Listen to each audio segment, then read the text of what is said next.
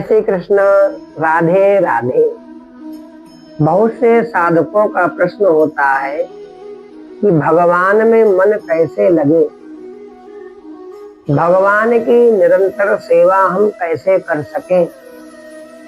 बहुत से साधक कहते हैं कुछ दिन हम पूजन करते हैं, भगवान का स्मरण करते हैं, फिर हमारा मन संसार में रमने लगता है। सर्वदा भगवत स्मरण का उपाय क्या हो सकता है कि सर्वदा हम भगवान का स्मरण कर सकें। आइए आज सत्संग के माध्यम से हम आपको बताएंगे सर्वदा भगवत स्मरण कैसे हो। हमारे चैनल से ना जुड़े हो तो सबसे पहले हमारे चैनल को सब्सक्राइब करें। भगवान कहते हैं गीता में, यह ज्ञान सब विद्याओं का राजा तथा सब गोपनीयों का भी राजा एवं अति पवित्र उत्तम प्रत्यक्ष फल वाला और धर्म युक्त है। साधन करने में बड़ा सुगम और अविनाशी है, करने में भी सुगम है, फिर क्यों नहीं करते, श्रद्धा नहीं है। भगवान कहते हैं, हे परम तप, इस धर्म में जिसकी श्रद्धा नहीं है वह मुझे ना प्राप्त होकर मृत्यु रूप संसार सागर में भटकता है। जैसे समुद्र में बूंदों की कितनी संख्या है कोई नहीं बता सकता। समुद्र में बूंदों की कितनी संख्या है कोई नहीं बता सकता। इसी प्रकार ये संसार मृत्यु का सागर है, इसमें कितनी बार जन्मना मरना होगा इसकी संख्या बताई नहीं जा सकती। जीव असंख्य वर्षों से घूमता हुआ आ रहा है, फिर जाने को तैयार है। घटी यंत्र की भांति प्राणी घूमता जा रहा है। जीव की इस संसार चक्र में समाप्ति है ही नहीं, सिर्फ परमात्मा की प्राप्ति से ही समाप्ति है। परमात्मा की प्राप्ति यदि हो जाए तब संसार चक्र से आप मुक्त हो सकते हैं। भावी में कितना भारी दुख है इस पर विश्वास ही नहीं है। साधु महात्मा रोते तो नहीं है किंतु रोने की तरह पश्चाताप करते हैं कि इनकी क्या दशा होगी। भगवान भी कह रहे हैं परम गति को ना पाकर संसार में चक्कर लगाओगे, क्या प्राप्त की संभावना थी। अप्राप्त का तो निषेध किया नहीं, वास्तव में मनुष्य का भगवत प्राप्ति में जन्म सिद्ध अधिकार है। जिस प्रकार राज्य पर राजा के पुत्र का जन्म सिद्ध अधिकार है, इसी प्रकार मनुष्य मात्र का परमात्मा की प्राप्ति पर जन्म सिद्ध अधिकार है। परंतु यह मूर्ख उसे ठुकराता है। भगवान हमारे मस्तक पर हाथ रखते हैं और हम उसे दूर करते हैं। जो लड़का नालायक हो जाता है, राजा ना चाहते हुए भी उसे राज्य से वंचित कर देता है। भगवान कहते हैं बिना श्रद्धा की यह दशा हो रही है। वह श्रद्धा भगवान के गुण प्रभाव जानने से हो सकती है, अन्यथा बड़ी दुर्दशा है। जिस शरीर में 9 द्वार हैं, इसमें प्राण ठहरे हुए हैं, यही आश्चर्य है। प्राण निकल जाना इसमें क्या आश्चर्य है। राजा युधिष्ठिर ने यक्ष के पूछने पर बताया, दिन प्रतिदिन लोग मर रहे हैं, फिर भी लोग अपनी मृत्यु नहीं देखते, बने रहना चाहते हैं। यह बड़ी आश्चर्य की बात है। कोई भी प्राणी मरना नहीं चाहता है। कुष्ठ आदि के रोगी भी मृत्यु की चाहना नहीं करते। हम लोगों को विचार करना चाहिए कि हर समय मृत्यु तैयार है। धरती का यदि कोई परम सत्य है तो उसका नाम है मृत्यु। फिर भी हम लोग ऐश्वर्य धन बढ़ा रहे हैं, यह नहीं सोचते कि आज यदि मृत्यु हो जाए तो इससे क्या संबंध रहेगा। सब मतलब के मित्र हैं, सब मतलब का यह संसार है। जब तक आप संसार के योग्य बने रहेंगे तब तक संसार आपसे लगा रहेगा, और जिस दिन से आप संसार के योग्य नहीं रहेंगे संसार आपसे दूरी बना लेगा। इसी का नाम संसार है। तुलसीदास बाबा कहते हैं, सुर नर मुनि सब कई यह रीति, स्वार्थ लागी करहि सब प्रीति। संपूर्ण संसार स्वार्थ का है। शरीर को यदि खूब पाला पोसा तो क्या हुआ, 5 सेर वजन अधिक हो गया तो उठाने वाले को कष्ट ही होगा, जलकर खाक हो जाएगा। इस शरीर की कोई चीज काम नहीं आती। यह हमारे अधिकार की बात नहीं है कि हम ना मरे, ना वहाँ सिफारिश चलती है, ना अपील चलती है।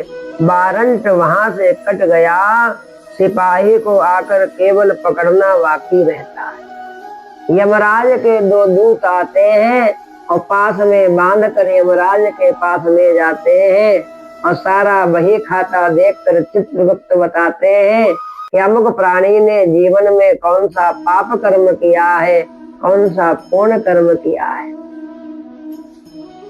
जैसे सांप के मुख में पड़ा हुआ मेढक मच्छर खाने की इच्छा करता है, उसी प्रकार काल रूपी सर्प के मुंह में पड़े हुए लोग नश्वर भोगों को भोगने में लगे हुए हैं। जैसे बिल्ली चूहे के ऊपर ताक रही है, इसी प्रकार काल ताक रहा है। चूहा तो बच सकता है परंतु हमारे बचने की आशा ही नहीं है। काल किसी को नहीं छोड़ता है। ऐसी परिस्थिति में भी हम हाय रुपया, हाय रुपया, हाय मकान, हाय व्यापार करते रहते हैं। इस रुपये का करोगे क्या? तुम्हारे पास 5,000 रुपया है तो भी उतना ही अन्न खाते हो, 5 करोड़ होगा तब भी उतना ही खाओगे। क्या तुम रुपयों का उपभोग कर सकोगे? इसलिए शास्त्र कहता है कि भैया सबसे पहले शरीर की रक्षा करो, सबसे पहले शरीर की रक्षा करो और उसके बाद में धन की रक्षा करो। लोग उल्टा करते हैं, पहले धन की रक्षा करते हैं और बाद में शरीर की रक्षा करते हैं। कहते होगा भैया तुम मेहनत करे रहो देखा जाएगा। नहीं, गलत है। सबसे पहले क्या रक्षा करनी है? शरीर की, और उसके बाद में धन की रक्षा करनी है। शरीर रहेगा तो आप संसार में सब कुछ देख सकते हैं, और शरीर नहीं रहेगा, पैसा बहुत रहा और शरीर ही चला गया तो आप क्या देखोगे? ठलुए मौज करेंगे, आपके पैसे को उड़ाएंगे और आप अपने शरीर में पैसा नहीं लगा देंगे। इसलिए धर्म के अनुसार चलो और धर्म के अनुसार ही अर्थ का व्यय करो। फालतू खर्चा भी नहीं करना चाहिए, क्योंकि भगवान अपने सहस्र नेत्रों के द्वारा देखते हैं अमुक प्राणी पर हमने कृपा करी है और यह अमुक प्राणी व्यर्थ में खर्चा करते चला जा रहा है, पैसे को लुटाता चला जा रहा है। इन सब कार्यों से बचना चाहिए, नहीं तो भगवान देवता के स्थान पर वहां लेवता बन जाते हैं। भगवान फिर उस धन को आपसे ले लेते हैं और जो उसके योग्य होता है उस योग्य पुरुष को भगवान कृपा करते हैं, उसको धनवान बना देते हैं। इसलिए जितने भी धनवान लोग हैं वह ध्यान पूर्वक सुने, धन आने लगे, भौतिक सुख प्राप्त होने लगे तो आप बहुत सावधान हो जाओ और भगवान में अपनी मति को लगाओ, अपनी बुद्धि को भगवान में लगाओ। नित्य भगवान को स्नान ध्यान करके बारंबार धन्यवाद करो, हे ठाकुर जी बड़ी कृपा है आप। भगवान कहते हैं सब छोड़ छाड़ कर जा रहे हैं, यही दशा हमारी है। संसार में हम लोग सबको देख रहे हैं, कोई कम आयु में मृत्यु को प्राप्त हुआ जा रहा है, किसी को कोई रोग प्राप्त हो गया, रोग के द्वारा उसकी मृत्यु हो गई, सब हम लोग देख रहे हैं। परंतु क्या है, भगवान कहते भैया मनुष्य जो है मदिरा पीकर बैठा है, उसको लगता है कि हमको मृत्यु नहीं ग्रसेगी, परंतु यह गलत है। संसार में जो देख रहे हो सबको मृत्यु प्राप्त हो रही है, एक ना एक दिन आपको भी मृत्यु ग्रस ले। इसलिए वह काम करना चाहिए जिससे हम सदा के लिए सुखी हो जाए। वह चीज इस मनुष्य शरीर में ही प्राप्त हो सकती है, वह ऐसा आनंद है जो पूर्ण है, जिसका विनाश नहीं हो सकता। वह आनंद इसी मनुष्य शरीर में मिल सकता है, वह मनुष्य शरीर में हमें प्राप्त है, फिर विलंब क्यों? जिससे क्षणिक शांति मिलती है, जिसका मुख देखने का धर्म नहीं उसकी गुलामी करता है, और जिसके दर्शन से कल्याण हो जाए उसके लिए 1 मिनट भी नहीं लगाता। कारण क्या है? कारण है केवल और केवल मनुष्य की मूर्खता। दुनिया में जो सहज लोग काम में लेते हैं, किसका परिश्रम है? मक्खियों का। मक्खियों का तो केवल परिश्रम है, उपभोग कोई और ही करते हैं। इसी प्रकार हम रुपया इकट्ठा करते हैं, हमें परिश्रम होता है और उपभोग दूसरे करेंगे। इसलिए हमें ऐसे आनंद की चेष्टा करनी चाहिए जो सदा के लिए हो और मृत्यु के बाद भी हमको वह प्राप्त हो। आनंद, आनंद अर्थात भगवान की कृपा और करुणा। इसलिए बच्चों को पैसा इकट्ठा करके मत दो, बच्चों के भीतर संस्कार कूट कूट के भरो। नित्य बच्चों से श्री हनुमान चालीसा का पाठ करवाओ, भगवान के नाम का संकीर्तन स्वयं परिवार के साथ में बैठकर करो। यह असली धन है बच्चों के लिए। असली आनंद क्या है?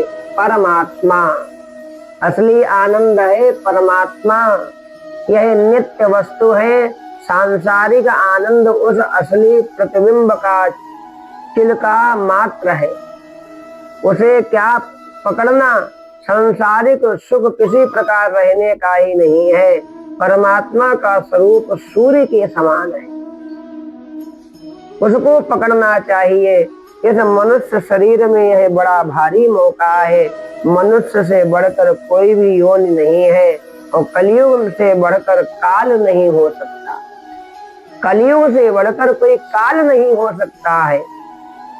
सतयुग में 10,000 वर्ष तपस्या करने से जिस कार्य की सिद्धि नहीं होती थी, आज क्षण भर में ही वह काम हो सकता है। यह ईश्वर की कृपा है। सिद्धांत विचार कर देखे तो अन्य सब धर्म अधूरे हैं। यह सनातन धर्म अनादि है, नित्य है। दूसरे धर्म कोई 2000 वर्ष पुराने हैं, कोई 4000 वर्ष से है। इस सनातन धर्म में हमारा जन्म हुआ है, फिर भी विलंब होना क्या उचित है। 2 अक्षर का ज्ञान भी हमें है, समय समय पर सत्संग की चर्चा भी होती है, फिर भी अपना उद्धार नहीं हुआ तो रोना ही पड़ेगा। भगवान की प्राप्ति नहीं होने में प्रारब्ध का नाम लेना भी झूठा ही है, क्योंकि भगवत प्राप्ति तो प्रयत्न साध्य है, प्रयत्न भगवत कृपा साध्य है। वह भगवत कृपा हमें प्राप्त है। भगवान की दया हमें यही बता रही है कि भगवान की प्राप्ति होगी। भरत जी महाराज कह रहे हैं, जन अवगुण प्रभु मान न काऊ, दीन बंधु अति मृदुल सुभाऊ, मोरे जिया भरोसा दृढ़ सोई, मिली है राम सगुन शुभ होई। भरत जी कहते हैं कि मेरे मन में दृढ़ विश्वास है कि भगवान मिलेंगे। इसी प्रकार का दृढ़ विश्वास प्रत्येक मनुष्य में, प्रत्येक सनातनी में होना चाहिए कि भगवान हमें मिलेंगे। वे अपने दासों के दोषों की ओर देखते ही नहीं, वे बड़े दयालु हैं। पूर्व में यह बात कही है, जऊ कारणी समुझे प्रभु मोरी, नहीं निस्तार कल्प सत कोरी। यदि मेरी करनी की ओर ध्यान दे तो 100 कल्प में भी उद्धार होने का रास्ता नहीं मिलेगा। भगवान किसी के पीछे का नहीं देखते, भगवान देखते हैं कि शरणागत हो रहा है, जिसका कल्याण हमको करना ही करना है। देखिए, राक्षस कुल से आए विभीषण जी, भगवान ने उनको हृदय से लगाया। पक्षी हो, मनुष्य हो, कोई भी हो, भगवान की जो शरणागति ले लेता है तो भगवान उसे अपने हृदय से लगा देते। इसलिए भगवान को खूब भजो, खूब भगवान को भजो, उसी से कल्याण होगा। प्रत्येक सनातनी को उच्च स्वर से नित्य प्रातः काल, सायंकाल की वेला में भगवान को पुकारना चाहिए।